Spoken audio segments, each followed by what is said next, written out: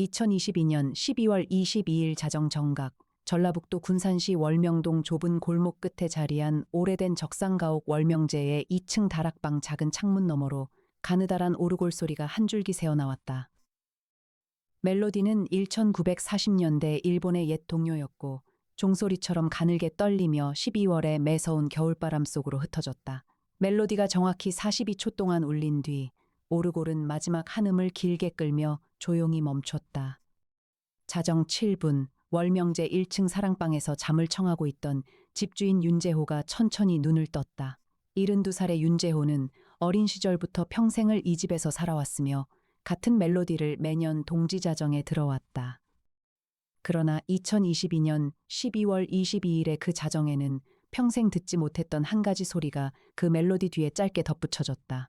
누군가의 가느다란 흐느낌이었다.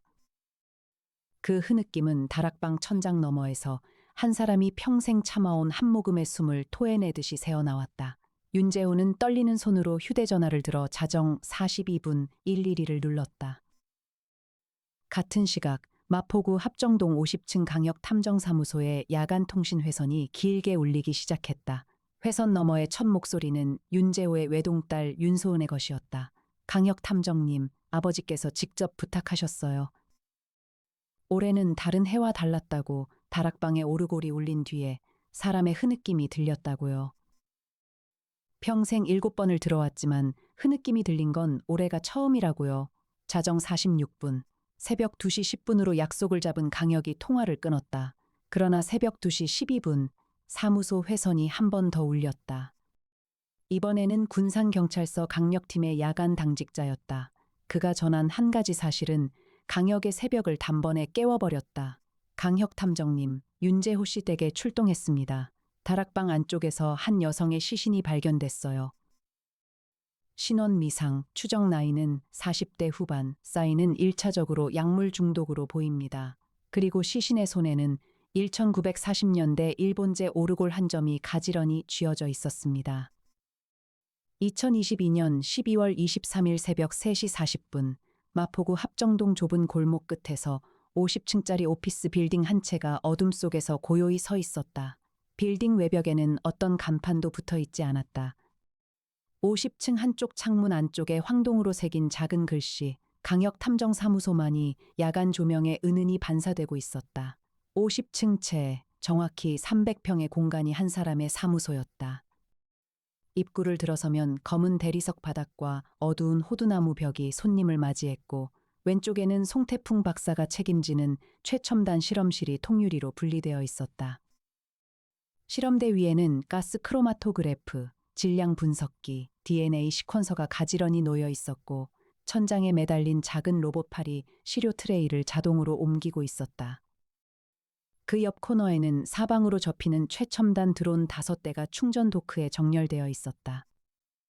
오른쪽 복도 끝에 강혁 집무실 통창 너머로는 한강과 마포대교가 한눈에 들어왔고 옥상으로 이어지는 전용 엘리베이터 옆 작은 표지판에는 헬리포트 한층 위라고 적혀 있었다. 지하 주차장에는 강혁의 검은색 최고급 세단 3대, 무인주행이 가능한 흰색 전기 승용차 1대, 그리고 이에나가 즐겨 모는 진청색 쿠페가 나란히 서 있었다. 강혁은 그 시각 집무실 가운데에 서서 야경을 바라보고 있었다. 키 185cm, 몸무게 75kg의 다부진 체격, 검게 그을린 얼굴과 짧게 깎은 머리. 왼쪽 눈썹을 비스듬히 가로지르는 옅은 흉터가 야간 조명 아래에서 더 또렷이 드러났다. 1980년에 태어난 그는 42해를 살았지만 강력계 16년이 남긴 단단함은 그대로였다. 처음 그를 보는 사람들은 종종 그를 은퇴한 권투 선수로 오해했지만 그는 그저 가만히 웃으며 명함 한 장을 내밀곤 했다. 탐정님, 집무실 문이 가볍게 열리며 익숙한 목소리가 들렸다. 이에나였다. 1998년생, 훤칠한 키에 둥근 안경, 머리를 단정하게 묶은 그녀는 한 손에 태블릿을, 다른 한 손에는 따뜻한 아메리카노 2잔을 들고 있었다. 국립과학수사연구원 법화학과에서 근무하던 그녀를 강혁이 직접 스카우트한 지 어느덧 3년이 되어가고 있었다. 군산 월명제 사건, 다락방 안쪽에서 40대 후반 여성의 시신이 발견됐습니다. 신원 미상, 손에 오르골 한 점, 싸이는 약물 중독으로 추정. 윤재호 씨의 외동딸 윤소은 씨가 의뢰인이고 강민혁 검사님께도 보고드렸어요. 군산 현지에는 송태풍 박사님이 새벽 5시 40분 첫 KTX로 먼저 내려가시기로 했고 우리는 7시 40분 KTX 표 2장 예매해 두었습니다. 이에 나는 태블릿 위에 사진 한 장을 띄웠다. 작은 다락방 한가운데 가지런히 누운 여성, 그 손에 쥐어진 오르골 한 점, 그리고 다락방 벽에 한 줄로 걸려있는 7장의 누렇게 바랜 사진. 애나 씨, 7장. 네, 탐정님. 다락방 벽에 걸린 사진은 정확히 7장이에요. 모두 같은 적상 가옥 마당에서 찍힌 흑백 사진이고 사진 속 인물은 모두 어린 소녀예요. 사진 한 장의 뒷면에는 1945년 8월의 날짜가 적혀 있어요. 1945년, 네. 한국이 일본의 강점에서 해방되던 그 해 그 달이에요. 강혁은 잠시 침묵했다. 그가 이에나를 애나 씨라 부를 때면 그 자신만 알고 있다고 믿는 한 줌의 마음이 늘 그 호칭에 섞여 있었다. 이에나는 안경을 살짝 고쳤으며 시선을 비켰다. 그녀 역시 마찬가지였지만 그 마음은 둥근 안경 너머로 단단히 숨겨져 있었다. 애나 씨, 이번 사건은 한 사람의 죽음만이 아니라 7사람의 평생이 함께 묻혀 있는 사건일 수도 있어. 네, 탐정님. 그래서 더 신중하게 따라가야겠지요. 새벽 5시 40분, 검찰청 고위 간부 강민혁이 사무소 문을 열고 들어섰다. 강혁보다 3살 위, 검은 정장에 회색 넥타이, 손목에는 낡은 가죽시계 하나. 그는 동생을 보자마자 어깨를 툭 치며 입을 열었다. 혁아, 이번 사건은 한 가족의 일이 아니라 한 시대의 일이다. 형, 일단 앉아.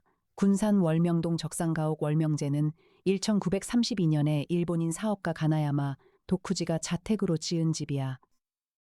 1945년 해방 직후 그가 일본으로 돌아가면서 이 집을 두고 떠났고 1946년에 윤재호 씨의 부친 윤상호 씨가 적산 불화로 이 집을 매입했지. 그 뒤로 76년 동안 윤 씨 가문이 이 집에서 살아왔어. 강민혁은 가방에서 두툼한 서류 봉투를 꺼냈다. 흥미로운 게 한 가지 있다. 1945년 8월부터 12월 사이에 군산 월명동 일대에서 7명의 어린 소녀가 한꺼번에 행방불명된 기록이 있어. 당시 군산경찰서 일제 강점기 말기 기록의 마지막 페이지에 짧게 남아있는 한 줄이야. 그 기록은 해방 직후의 혼란 속에서 거의 잊혀졌고 1950년 한국전쟁이 일어나면서 완전히 묻혔지. 이에나가 빠르게 메모하며 물었다. 7소녀의 신원은 확인됐나요? 애나 씨, 신원 기록 자체가 남아있지 않아. 다만 한 가지 단서는 있다. 1945년 7월에 군산 월명동 적상 가옥들에서 가나야마, 도쿠지를 비롯한 일본인 거주자들이 작별의 사진을 한꺼번에 찍었다는 짧은 기록이 있어. 그 사진들이 어디 보관되어 있는지는 아무도 모르지. 월명제 다락방 벽에 걸린 7장의 사진. 맞아.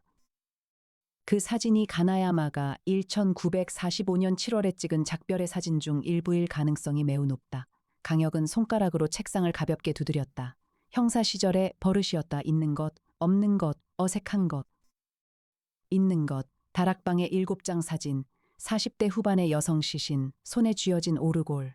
없는 것, 여성의 신원, 그리고 77년 동안 사라진 7소녀의 행방. 어색한 것, 매년 동지자정에 저절로 울리던 오르골이 올해 처음으로 한 사람의 흐느낌과 함께 울렸다는 사실이지. 탐정님, 한 가지 더 어색한 점이 있어요. 이에나가 안경을 고쳤으며 말했다. 오르골이 저절로 울린다는 말은 물리적으로 가능하지 않아요. 태엽식 오르골은 누군가 매년 그 시간에 직접 태엽을 감아왔다는 거예요. 76년 동안 매년 동지자정에 누군가가 그 다락방에 들어가 태엽을 감아왔다는 거지요. 강민혁이 무거운 목소리로 답했다.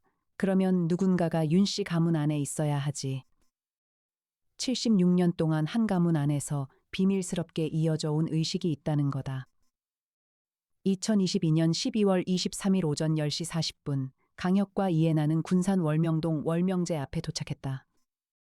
좁은 골목 끝에 적상 가옥은 검은 기와지붕과 회색 외벽이 단정했고 마당 한쪽에는 노쇠한 동백나무 한 그루가 붉은 꽃을 머금은 채 서 있었다. 송태풍 박사는 이미 도착해 현장 감식을 진행 중이었다. 43살의 송태풍 박사는 의학 박사이자 범죄학 전공자로 사무소의 수석 연구원이었다. 그는 강혁의 인기척을 듣고 고개를 들어 가볍게 인사했다. 탐정님, 시신에 쌓이는 약물 중독으로 확인됐어요. 체내에서 검출된 성분은 진정제 계열 두 종류와 1940년대 일본에서 마취용으로 쓰이던 에테르 유도체의 잔류물이에요. 후자의 성분은 현재 한국 안에서는 일반 시장에 유통되지 않아요. 일종의 옛 약물을 누군가가 평생 보관해 왔다는 거지요. 옛 약물. 네. 그리고 더 흥미로운 점은 시신의 손에 쥐어진 오르골이 다락방 안쪽 벽장에 보관되어 있던 오르골과 다른 한 점이라는 거예요. 다락방 벽장에는 같은 1940년대 일본제 오르골 한 점이 따로 보관되어 있었어요. 두 점은 외형이 거의 동일하지만 음정에 미세한 차이가 있어요. 시신이 쥐고 있던 오르골이 자정에 울렸던 그 오르골입니다. 이에나가 다락방 안쪽으로 한 걸음 더 들어섰다. 다락방은 좁고 낮았으며 천장에 매달린 작은 백열등 한 점이 가늘게 흔들리고 있었다. 벽에는 7장의 흑백 사진이 정확히 같은 간격으로 걸려 있었다. 사진 속의 어린 소녀들은 모두 같은 나이 또래로 보였고 모두 단정한 흰 저고리에 검은 치마 차림이었다.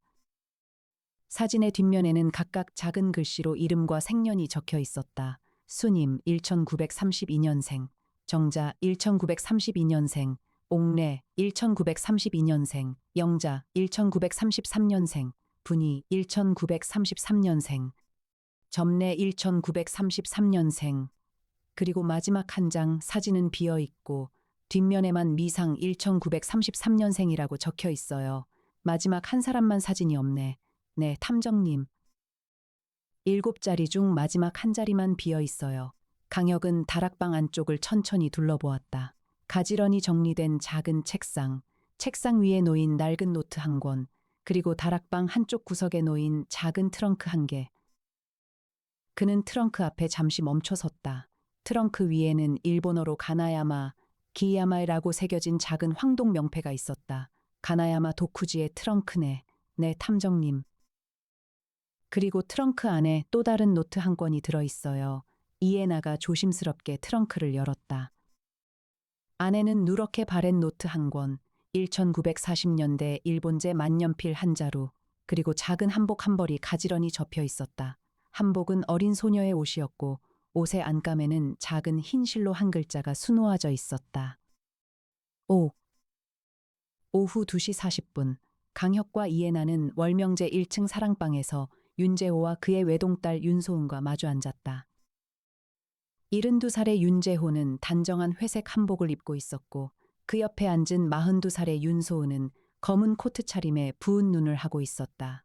송태풍 박사가 작은 전자분석기를 들고 옆에서 시료를 정리하고 있었다. 윤재호 선생님, 다락방의 오르골을 매년 동지자정에 감아오신 분이 누구이신지 여쭤도 되겠습니까? 이에나가 부드럽게 물었다. 윤재호는 한참을 침묵하다가 천천히 입을 열었다. 제 어머니 1922년생 김복녀였습니다. 어머니는 1946년에 이 집에 시집 오신 뒤로 매년 동지자정에 다락방에 오르골을 감으셨어요. 1998년에 어머니가 돌아가신 뒤로는 제가 그 일을 이어받았습니다. 그리고 2022년 올해 제가 무릎이 좋지 않아 다락방 계단을 오를 수 없게 됐을 때 제 딸 소은이가 처음으로 그 일을 대신해 주었어요. 그러면 올해 동지자정에 오르골을 감으신 분은 윤소은 씨이시군요. 윤소은이 작은 목소리로 답했다. 네, 이에나 선생님. 12월 22일 자정 정각에 제가 다락방에 올라가서 오르골 태엽을 감았어요. 그런데 그때 다락방 안쪽 벽장 옆자리에 한 여성이 가지런히 누워 있었어요. 저는 너무 놀라서 비명을 지를 뻔했지만 그 여성의 얼굴이 너무나 평온해서 그 자리에서 도리어 가만히 멈췄어요. 그분을 아세요? 아니요. 처음 보는 분이었어요. 그런데 그분의 옆에 작은 흰 봉투 한 장이 놓여 있었고 봉투 겉면에 윤소은 씨께라고 적혀 있었어요. 봉투 안에는 짧은 편지 한 장이 들어 있었습니다. 윤소은은 가방에서 작은 흰 봉투 한 장을 꺼냈다. 강혁은 봉투를 받아 천천히 펼쳤다. 편지의 글씨는 단정하고 차분했다. 윤소은 씨, 갑작스럽게 죄송합니다. 저는 이옥자, 1943년생이에요. 1945년 7월에 군산 월명동에서 가나야마 도쿠지의 집에 마지막으로 들어갔던 7소녀 가운데 한 사람의 동생입니다. 제 언니 이름은 이용래, 1932년생이에요. 다락방 벽에 걸린 7장 사진 가운데 한 분이 제 언니예요. 저는 평생 언니의 행방을 찾아 살아왔고 77년이 지난 오늘에야 비로소 한 가지 진실에 닿았어요. 부디 강혁 탐정님께 이 편지를 전해주세요. 그분이 끝까지 따라와 주실 거예요. 윤재호의 손이 가늘게 떨렸다. 이옥자라는 이름은 제가 평생 처음 들어보는 이름입니다. 윤재호 선생님, 어머니께서 평생 다락방에 오르골을 감으셨던 이유에 대해 무언가 말씀하신 적이 있나요? 윤재호는 한참을 망설이다가 천천히 고개를 끄덕였다.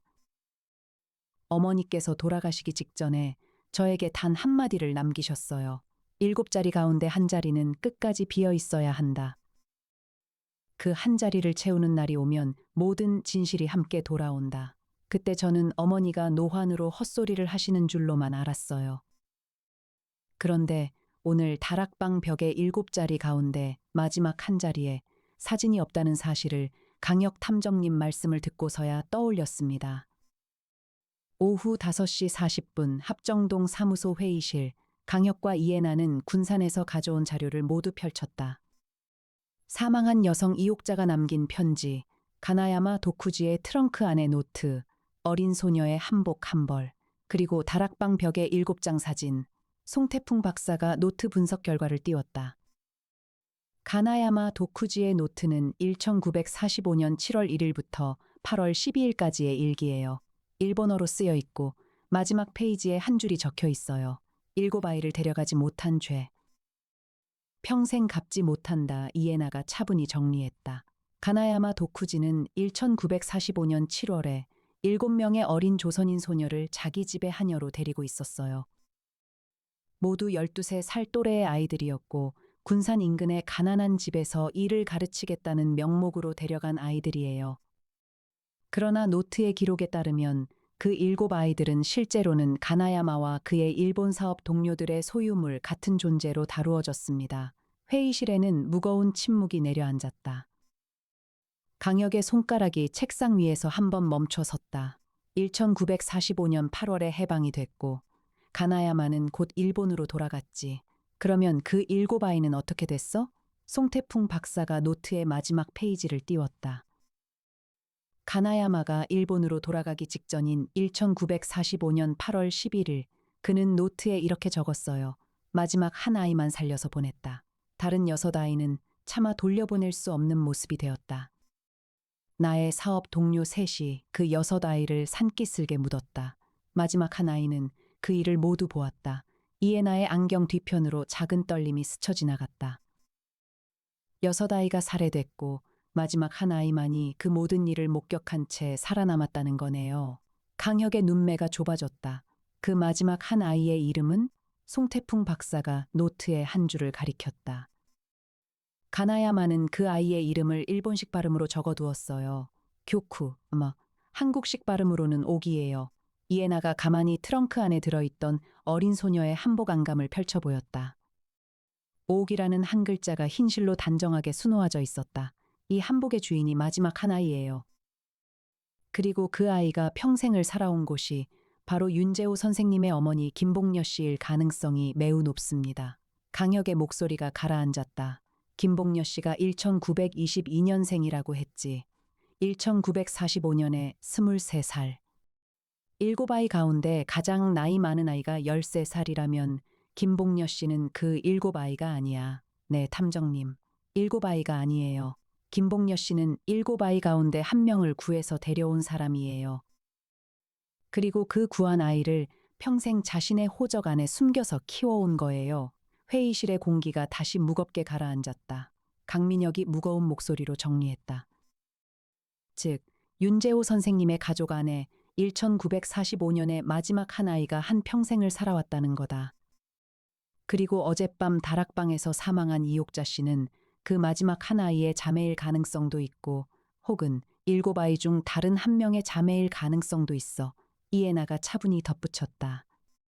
한 가지 더 있어요. 강민혁 검사님.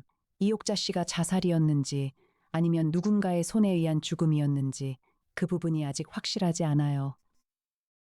약물 중독이지만 본인이 직접 복용한 흔적과 누군가가 강제로 복용시킨 흔적의 경계가 매우 흐립니다. 형, 이옥자 씨의 가족관계 등록 정보 부탁해. 그리고 김봉녀 씨가 1946년에 시집오기 직전 호적 정보도 이미 출력해 두었다. 혀가. 저녁 8시 40분 강혁은 사무소 옥상 헬리포트 옆 작은 벤치에 잠시 앉아 있었다. 12월의 바람은 매서웠고 한강 위로는 첫눈이 가늘게 흩날리고 있었다. 옥상 문이 가볍게 열리며 이해나가 다가왔다. 그녀는 두꺼운 회색 코트를 걸치고 한 손에는 따뜻한 차 한 잔, 다른 한 손에는 김밥 한 줄을 들고 있었다. 탐정님, 저녁 안 드셨잖아요. 김밥 한 줄 드셔야 해요. 옥상이긴 하지만 부검실 김밥은 확실히 아니에요. 애나 씨는 어디서든 김밥이네. 이건 저혈당 예방이에요, 탐정님. 직업의식이 아니라 실용적인 행동이라고요. 강혁은 짧게 웃었다. 이해나는 그의 옆자리에 조심스럽게 앉았다. 두 사람 사이에는 늘 한 뼘의 거리가 있었다. 그 거리를 누구도 먼저 좁히려 하지 않았고 누구도 더 멀리 떨어지려 하지 않았다. 애나 씨, 이번 사건은 강력계 시절에 내가 가장 견디기 힘들어했던 그런 형태야. 한 가족의 평생이 단 하룻밤에 사라지는 사건요? 그것보다 더 무거운 거지. 한 가족의 평생이 77년 동안 천천히 사라져온 사건이야. 1945년의 한 새벽에 6아이가 산기슭에 묻혔고 마지막 한 아이가 그 모든 걸 본 채로 평생을 살아냈어. 그 한 아이가 윤재호 선생님의 어머니 김봉녀 씨의 손에서 자랐고 그 손녀가 윤소은 씨야. 그러면 윤소은 씨는 자기 가족의 진짜 뿌리가 무엇인지 평생 모른 채 살아왔다는 거지. 이해나는 한참 동안 야경을 응시했다. 탐정님, 그 마지막 한 아이는 지금 어디에 있을까요? 애나 씨도 같은 생각을 하고 있지. 네, 김봉녀 씨가 1998년에 돌아가셨다고 했어요. 그러면 그분이 마지막 한 아이 본인이거나 아니면 그 아이를 구해서 데려온 분이고 진짜 마지막 한 아이는 다른 사람일 수도 있어요. 가나야마의 노트에 따르면 마지막 한 아이는 1933년생이야. 1945년에 12살, 1922년생 김봉녀 씨와는 11살 차이가 나지. 시집갈 나이에 김봉녀 씨가 12살의 한 아이를 데리고 시집을 오는 건 가능한 일이야. 즉, 김봉녀 씨가 마지막 한 아이를 평생 친자처럼 길렀고 그 아이가 어쩌면 윤재호 선생님의 친어머니가 아닌 다른 어머니로 평생 등록되어 있을 가능성이 있어요. 강혁은 한참 동안 한강 위 첫눈을 응시했다. 강력계 시절 그는 한 가족의 평생이 단 하룻밤에 사라지는 잔인한 진실을 가장 견디기 힘들어했다. 그러나 이번 사건은 그보다 더 깊은 자리에 있었다. 한 가족의 평생이 77년 동안 천천히 무너져 왔으며 그 무너짐을 한 사람이 평생 가만히 짊어져 왔다는 사실이 그의 가슴 한구석을 무겁게 짓눌렀다. 애나 씨, 우리가 이번 사건에서 끝까지 따라가야 할 사람은 살아있는 마지막 한 아이뿐만이 아니야. 그 한 아이를 평생 옆에서 지켜준 김봉녀 씨의 마음, 그리고 그 마음을 한 번도 알지 못한 채 자라온 윤재호 선생님과 윤소은 씨의 시간까지 함께 들어줘야 해. 네, 탐정님. 그게 우리 사무소의 일이니까요. 2022년 12월 24일 오전 9시 정각, 강민혁이 보낸 호적 자료가 사무소에 도착했다. 김봉녀, 1922년 군산 옥구면 출신, 1946년 4월 윤상호에게 시집옴. 시집 당시 호적에는 그녀의 여동생 한 사람이 함께 등재되어 있었다. 이름은 김옥래, 1933년생, 김옥래. 이해나의 안경테 위로 작은 떨림이 스쳤다. 다락방 벽에 7장 사진 가운데 옥래 1933년생이라는 이름이 있었어요. 김봉녀 씨가 1946년 4월에 시집 오면서 7아이 중 옥래라는 이름으로 한 아이를 자신의 여동생으로 등록해 데려왔다는 거예요. 송태풍 박사가 자료를 정리하며 덧붙였다. 김옥래 씨의 등록상 현재 상태는 1972년 4월에 사망 신고되어 있어요. 사인은 폐결핵으로 처리됐고 시신은 화장되어 충청남도 공주의 한 사찰에 안치된 것으로 기록되어 있습니다. 공주, 강역이 짧게 되뇌었다. 이전 사건에서 다뤘던 1972년 공주의 어둠이 한 줄기 다른 형태로 다시 한번 자기 자리를 드러내고 있었다. 그러나 이번에는 그 어둠 안에서 한 사람이 살아있을 가능성이 있었다. 애나 씨, 김옥래 씨의 사망 신고가 진짜인지 확인할 방법이 있을까? 공주의 그 사찰에 무명비로 안치된 분이 누구인지 확인하는 방법이 있어요. 그리고 1972년 4월 이후 다락방의 오르골을 누가 감았는지를 확인하는 방법도 있어요. 김옥래 씨가 정말로 1972년에 사망했다면 그 이후 오르골을 감은 사람은 김봉녀 씨 한 사람뿐이어야 해요. 이에 나는 빠르게 윤재호의 어린 시절 일기와 가족 사진을 비교했다. 윤재호 선생님이 어린 시절에 이모라고 부르던 분의 사진이 있어요. 1950년대 후반부터 1970년대 초까지의 사진이에요. 그분이 김옥래 씨예요. 그리고 흥미롭게도 1972년 4월 이후의 가족 사진에서도 그분의 얼굴이 보입니다. 다만 그 이후로는 사진 속에서 그분이 늘 한 발자국 뒤로 물러서 있고 얼굴이 살짝 가려져 있어요. 즉 1972년 4월의 사망 신고 이후에도 김옥래 씨는 살아 있었다는 거지. 네, 탐정님. 살아 있었어요. 다만 호적상으로는 죽은 사람이 됐고 윤 씨 가문 안에서 평생 한 발자국 뒤로 물러선 자리에서 살아오신 거예요. 강혁이 천천히 자료를 정리하며 정리된 결론을 입에 올렸다. 김옥래 씨는 1945년 마지막 한 아이이고 김봉녀 씨가 그분을 1946년에 자기 여동생으로 등록해 데려왔어. 1972년에 무슨 이유로 호적상 사망 신고를 했지만 실제로는 평생 윤 씨 가문 안에서 살아오셨어. 그리고 매년 동지자정에 다락방에 오르골을 감아온 사람은 김봉녀 씨가 아니라 김옥래 씨 본인일 가능성이 가장 높다. 이해나가 차분히 고개를 끄덕였다. 네, 탐정님. 그리고 김옥래 씨는 지금도 살아계실 가능성이 있어요. 1933년생이면 현재 89살이세요. 애나 씨, 가자. 이미 차량 준비했습니다. 군산까지 2시간 40분 예상됩니다. 윤재호 선생님께도 미리 연락드렸어요. 오후 2시 40분, 강혁과 이해나는 다시 군산 월명제 마당에 도착했다. 윤재호와 윤소은이 두 사람을 맞이했다. 강혁은 윤재호 앞에 천천히 자료를 펼쳤다. 김봉녀와 김옥래, 1946년의 호적, 그리고 1972년의 사망 신고, 윤재호는 한참 동안 자료를 응시하다가 깊이 고개를 숙였다. 저는 평생 옥래 이모라고 부른 한 분이 계셨습니다. 어머니의 친여동생이라고 알고 살아왔어요. 1972년에 폐결핵으로 돌아가셨다고 들었고 그 뒤로는 어머니께서 매년 그분의 기일에 사찰에 다녀오시곤 했지요. 그런데 강혁 탐정님, 사실 저는 어린 시절부터 한 가지 이상한 점을 알고 있었습니다. 무엇이었습니까? 제가 7살이던 1957년 어느 날 우연히 별채 안쪽 방에 작은 문이 열려 있는 걸 보았어요. 그 방 안에서는 옥래 이모가 가끔 누구도 보지 않을 때 작은 한복을 손에 쥐고 앉아 계셨습니다. 흰 저고리에 검은 치마, 어린아이의 한복이었어요. 그분은 그 한복을 한참 동안 바라보다가 다락방 위로 천천히 올라가시곤 했어요. 이해나가 안경을 고쳤으며 차분히 말했다. 윤재호 선생님, 옥래 이모님께서 지금도 이 집에 계신가요? 윤재호는 한참 동안 침묵하다가 천천히 고개를 끄덕였다. 네, 별채 안쪽 방에 계십니다. 1972년 사망 신고 이후로 단 한 번도 이 집 밖으로 나가지 않으셨어요. 어머니께서는 평생 그분을 그 방 안에서 모셨고 어머니가 돌아가신 뒤로는 제가 그분을 모시고 살아왔습니다. 매년 동지자정마다 다락방에 오르골을 감으신 분이 바로 그 이모님이세요. 왜 1972년에 사망 신고를 하셨습니까? 옥래 이모는 1972년 봄에 한 가지 일을 결심하셨어요. 본인이 평생 가지고 있던 가나야마 도쿠지의 노트를 한국의 어느 신문사에 보내려고 하셨습니다. 그 노트 안에 7아이 사건을 세상에 공개하시려고 하셨어요.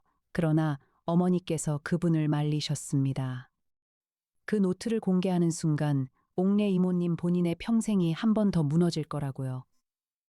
7아이 중 살아남은 한 아이로서 평생을 살아오신 분이 마지막 순간에 한 번 더 그 이름으로 세상의 시선 앞에 서야 한다면 그 무게는 견딜 수 없을 거라고요. 그래서 호적상 사망으로 처리하고 별채 안에서 보호하셨군요. 네, 어머니의 마지막 결정이었습니다. 그 뒤로 50년 동안 옥내 이모는 세상에 없는 사람으로, 그러나 우리 가족 안에서 가장 가까이에 계신 사람으로 살아오셨습니다. 강혁은 윤재호의 손을 천천히 잡았다. 윤재호 선생님, 옥내 이모님을 뵐 수 있을까요? 윤재호는 한참 동안 침묵한 뒤 천천히 일어섰다. 네, 함께 가시지요. 별채 안쪽 방의 문은 작고 낮았다. 윤재호가 천천히 문을 두드린 뒤 부드러운 목소리로 안을 향해 말했다. 이모님, 강혁 탐정님이 오셨어요. 문이 가만히 열렸다.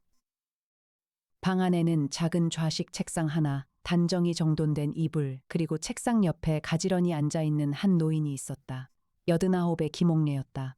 흰머리 곱게 묶은 머리채, 단정한 회색 한복 차림. 그녀의 무릎 위에는 작은 어린아이의 한복 한 벌이 가지런히 놓여 있었다. 흰 저고리에 검은 치마, 안감에 작은 흰 실로 옥이라는 한 글자가 수놓아진 그 한복이었다. 강혁 탐정이시군요. 기다리고 있었어요. 김옥래의 목소리는 가늘었지만 단단했다. 강혁은 천천히 그녀 앞에 무릎을 꿇고 앉았다. 그녀의 두 손은 어린아이의 한복 위에 가만히 놓여 있었다. 김옥래 선생님, 어젯밤 다락방에서 사망한 이옥자 씨를 아십니까? 김옥래는 천천히 고개를 끄덕였다. 네, 옥자는 제 친동생이에요. 1943년생, 1945년 그 새벽에 가나야마의 집에서 마지막에 살아남은 아이는 저뿐이라고 알려져 있었지만 사실은 그 새벽에 한 아이가 더 살아남았어요. 옥자였습니다. 옥자는 그날 새벽집에서 잠들어 있었고 가나야마는 옥자를 데려가지 않았어요. 옥자는 평생 자기 언니가 어떻게 사라졌는지를 모른 채 자랐고 평생을 그 빈자리를 찾아 살아왔습니다. 이해나가 부드럽게 물었다. 옥자 씨께서 어떻게 김옥래 선생님의 행방을 찾아오셨나요? 한 달 전이었어요. 옥자가 우연히 군산의 한 작은 도서관에서 1972년에 사망 신고된 김옥래라는 이름의 한 여성에 대한 짧은 신문 기사 한 줄을 보았다고 해요. 그 이름이 자기 언니의 이름과 같아서 옥자는 평생 처음으로 군산까지 와서 저를 찾아왔어요. 그리고 한 달 동안 우리 자매는 77년 만에 처음으로 한 방 안에서 함께 있었지요. 김옥래의 눈에서 한 줄기 작은 물방울이 천천히 떨어졌다. 옥자는 어젯밤 다락방에서 본인의 손으로 떠나기를 선택했습니다. 그 약물은 옥자가 평생 자기 몸에 가지고 다닌 옛 일본의 진정제였어요. 옥자는 1945년 새벽에 자기가 잠들어 언니를 잃은 그 죄책감을 평생 자기 몸 한쪽에 그 약물로 잠재워왔다고 했어요. 그리고 우리가 만난 그 마지막 한 달 동안 옥자는 그 약물을 한 번에 모두 자기 안에 풀고 언니의 옆에서 떠나고 싶다고 했습니다. 강혁의 가슴이 무겁게 가라앉았다. 김옥래 선생님, 옥자 씨의 죽음을 알면서도 막지 않으셨습니까? 막지 못했습니다. 옥자가 평생을 그 죄책감 안에서 살아왔고 마지막에 자기 자리를 스스로 정하고 싶다고 했어요. 저는 그 마지막을 옆에서 함께 있어주는 일밖에는 할 수 없었어요. 다만 한 가지 부탁만은 들어주었습니다. 옥자가 떠나는 자리에서 다락방에 오르골이 울리기를, 그 멜로디를 마지막으로 듣고 싶다고 했어요. 그것은 1945년 그 마지막 밤에 7아이가 가나야마의 집 마당에서 함께 들었던 멜로디였습니다. 이에나가 가만히 김옥래의 손 위에 자기 손을 살짝 얹었다. 김옥래 선생님, 1945년의 그 새벽에 산기슭에 묻힌 6아이의 자리는 어디입니까? 김옥래는 한참 동안 침묵하다가 천천히 입을 열었다. 군산 월명동에서 동쪽으로 약 4km 떨어진 작은 야산이에요. 평생 저는 그 자리를 7자리라고 부르며 매년 그 자리에 작은 흰 꽃 한 송이를 두러 다녀왔습니다. 7자리 가운데 6자리에는 6아이의 흔적이 있고 마지막 한 자리는 제가 평생 비워두었어요. 제가 그 자리에 함께 묻혔어야 할 자리였으니까요. 2022년 12월 24일 저녁 7시 40분, 강혁과 이해나는 김옥래의 안내를 따라 월명동 동쪽의 작은 야산에 도착했다. 야산은 낮았고 한쪽 비탈에는 7그루의 작은 동백나무가 둥글게 둘러서 있었다. 동백나무 아래에는 작은 흰 꽃들이 한 줌씩 가지런히 놓여 있었다. 7자리 가운데 6자리에는 꽃이 있었고 마지막 한 자리는 비어 있었다. 송태풍 박사가 작은 휴대용 분석기를 들고 비탈을 천천히 살폈다. 강민혁 검사도 검찰청 수사관 5명과 함께 현장에 도착해 있었다. 발굴 작업은 매우 신중하게 진행되어야 했다. 77년 동안 묻혀있던 6아이의 자리, 그리고 그 자리를 평생 지켜온 한 사람의 시간이 함께 거기에 있었다. 강탐정, 발굴은 2023년 봄부터 정식 절차에 따라 진행할 거다. 이건 한 가족의 일이 아니라 한 시대의 일이야. 검찰과 일제강점기 강제동원 피해 진상규명위원회, 그리고 한국인권단체들과 함께 진행할 거다. 형, 그동안 김옥래 선생님의 안전은 우리가 끝까지 책임진다. 그래, 그렇게 하자. 이해나는 김옥래 옆에 가만히 섰다. 김옥래는 마지막 비어있는 한 자리 앞에 작은 흰 꽃 한 송이를 천천히 내려놓았다. 그녀의 어깨가 가늘게 떨렸다. 옥자야, 너와 나의 자리야. 77년 만에 두 자매가 처음으로 같이 한 자리에 서 있구나. 강혁은 한참 동안 그 풍경을 응시했다. 강력계 16년 동안 그가 마주해온 잔인한 새벽들이 한꺼번에 그의 가슴을 스쳐 지나갔다. 한 가족의 평생이 단 하룻밤에 사라지는 일을 그는 너무 많이 보았다. 그러나 그보다 더 무거운 일이 한 가지 있었다. 한 가족의 평생이 77년 동안 천천히 사라져오고 그 사라짐을 한 사람이 평생 가만히 짊어져 온 풍경. 그것이 그가 오늘 마주한 일이었다. 이해나가 부드럽게 그의 옆에 다가와 섰다. 탐정님, 우리는 한 명도 살리지 못했어요. 7아이는 1945년에 이미 떠났고 옥자 씨는 어젯밤에 떠나셨어요. 김옥래 선생님은 평생을 세상에 없는 사람으로 살아오셨고요. 애나 씨. 그런데 오늘 우리가 한 가지 일이 있어. 77년 동안 비어있던 한 자리에 한 줄기 진실을 함께 두는 일이었지. 그 진실이 김옥래 선생님의 남은 시간을 처음으로 세상에 있는 사람으로 살아갈 수 있게 해드릴 거야. 2022년 12월 26일 오후 2시 정각, 합정동 사무소 응접실, 윤재호, 윤소은, 그리고 김옥래 세 사람이 함께 자리했다. 김옥래가 사무소 문을 들어선 그 순간은 그녀가 1972년 4월 이후 50년 만에 처음으로 윤씨 가문 별채 안쪽 방의 문을 넘어선 순간이었다. 윤소은이 그녀의 손을 가만히 잡고 있었다. 강혁은 사건의 전말을 천천히 정리해 전했다. 1945년 가나야마의 집, 7아이의 마지막 새벽, 김봉녀 씨가 데려온 마지막 한 아이, 1972년의 사망신고, 그리고 77년 만에 두 자매의 재회. 윤재호는 한참 동안 말을 잇지 못했다. 강혁 탐정님, 그러면 저는 평생 7아이 가운데 살아남은 한 분의 손에서 자라난 거였군요. 네, 윤재호 선생님. 김옥래 이모님은 평생 윤재호 선생님을 친조카처럼 키우셨고 윤재호 선생님은 그 사랑을 받으며 자라셨어요.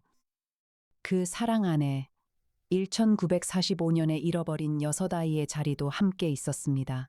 윤소은이 천천히 김옥래에게로 시선을 옮겼다. 이모 할머니. 매년 동지 자정에 다락방에 오르골을 감으셨던 게 7아이를 위한 의식이셨군요. 김옥래는 천천히 고개를 끄덕였다. 그래, 소은아. 7자리 가운데 마지막 한 자리는 매년 동지 자정에 다락방에 오르골이 한 번 울릴 때 잠시 함께 채워진다고 나는 평생 믿어왔단다. 그 멜로디는 7아이가 마지막 밤에 함께 들었던 멜로디이고 그 멜로디가 울리는 42초 동안은 7아이가 모두 그 마당에 다시 둘러앉아 있는 것 같았어. 그래서 평생 그 시간을 지켜왔어. 이해나가 부드럽게 덧붙였다. 김옥래 선생님, 옥자 씨의 시신은 검찰청에서 정식 절차에 따라 가족묘에 안치하기로 했어요. 그리고 야산의 7자리는 2023년 봄부터 정식 발굴이 진행될 거예요. 그 자리에 있는 6아이의 유해가 모두 신원 확인이 끝나면 7자리의 기억의 동백숲이라는 이름으로 작은 공간이 만들어질 거예요. 군산시와 일제 강점기 강제동원 피해 진상규명위원회가 함께 진행하기로 약속했습니다. 김옥래는 한참 동안 두 손으로 얼굴을 감쌌다. 그녀의 어깨가 조용히 떨렸다.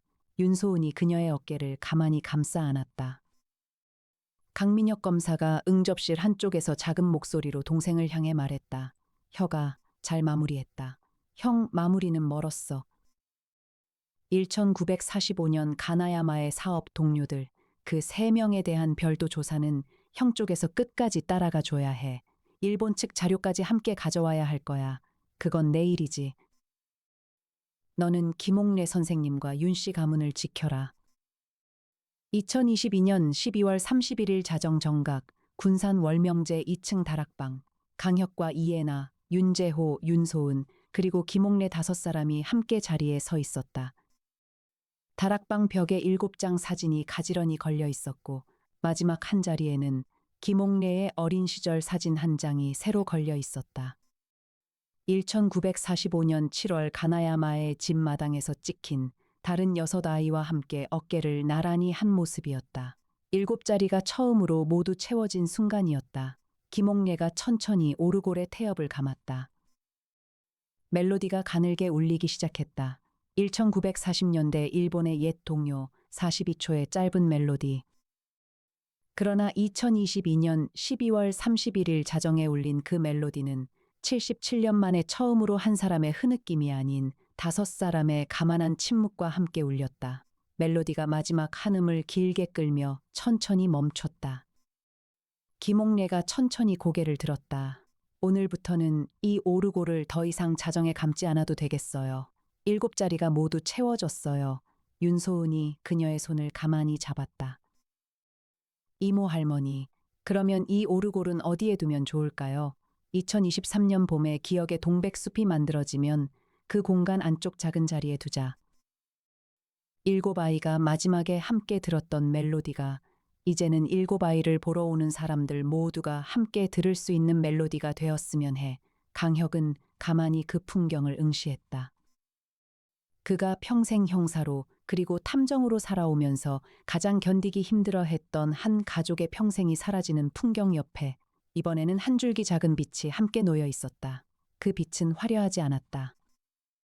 그저 작은 흰 꽃 7송이, 다락방 벽에 7장 사진, 그리고 42초의 멜로디 한 곡 그뿐이었다. 그러나 강혁은 알고 있었다. 한 사람의 평생이 다시 한번 세상에 있는 사람으로 회복되는 데에는 그 작은 일들이 모여 만들어지는 시간이 필요하다는 사실을. 2023년 1월 1일 새벽 1시 40분, 강혁과 이해나는 합정동 50층 3옥상에 다시 섰다. 새해의 첫 새벽 하늘에는 옅은 눈송이가 가늘게 내려앉고 있었고 한강 위로는 도시의 불빛이 부드럽게 번지고 있었다. 강혁은 두꺼운 검은 코트에 깃을 세웠고 이해나는 회색 머플러를 두른 채 그 옆에 섰다. 애나씨 새해네. 네, 탐정님. 2023년이에요. 2022년의 마지막 사건이 1945년에 잃어버린 7아이의 자리를 처음으로 같이 마주한 사건이었네. 네, 탐정님. 평생 두고두고 떠오를 사건이 될 거예요. 강혁은 한참 동안 한강 위 첫눈을 응시했다.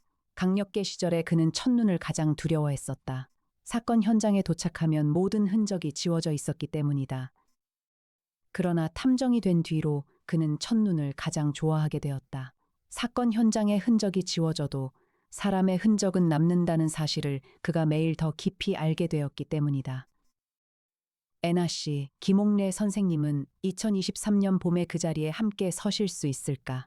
네, 탐정님. 송태풍 박사님이 일주일에 2번씩 군산 월명제에 다녀가시기로 했고 윤소은 씨가 매일 옆에서 보살펴드리기로 했어요.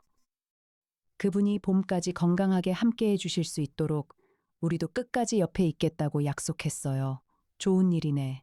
이해나는 가만히 그의 옆 얼굴을 바라보았다. 첫눈은 점점 굵어지고 있었고 그녀의 둥근 안경테 위로 작은 눈송이가 하나둘 내려앉았다. 그녀는 안경을 고쳤으며 한 줌의 마음을 다시 둥근 렌즈 너머로 단정히 정리했다. 두 사람 사이의 한 뼘 거리, 그 거리는 새해의 첫 새벽에도 좁혀지지 않았다. 그러나 그 거리 안에는 두 사람 모두 알고 있는 한 가지 따뜻함이 잠시 머물러 있었다. 그때 옥상 문이 가볍게 열리며 나정이가 다가왔다. 그녀의 손에는 새 을에서 한 장과 따뜻한 코코아 두 잔이 들려 있었다. 강 탐정님, 새 의뢰가 한 건 들어왔습니다. 이번엔 경상남도 통영입니다. 한 작은 섬마을에서 매년 정월 대보름 새벽에 한 척의 빈배가 항구로 돌아온다고 합니다. 올해로 12번째라고요. 이해나가 자연스럽게 끼어들었다. 항공편 2장, 김포공항 오후 2시 출발로 예매할까요?